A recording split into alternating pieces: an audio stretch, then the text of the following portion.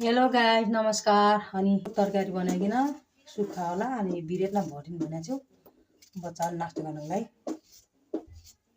सबै यतिखेर बच्चाहरू एकट्ठी भएको छन्। अब कोचिङबाट कहीँ अफिसबाट आएर त्यही भएर है साथी हो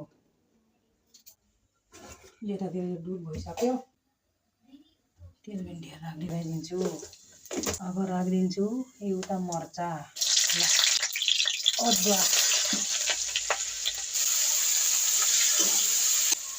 हल्दी यो कटु पनि राखिदिन्छु साथी हो। अब नमक राखिदिन्छु स्वाद अनुसार। चुक्दा हेर्नुहोस् त यस्तो पुरीसित खान्छ भएको छ।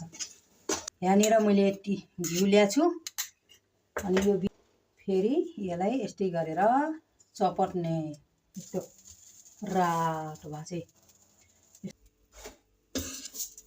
कस्तो लाग्छ बच्चाहरू खाइन कस्तो भएको छ भनेर भन्छन्। बल्ल पो थाहा हुन्छ के अरे कस्तो बनेछ भनेर नि त।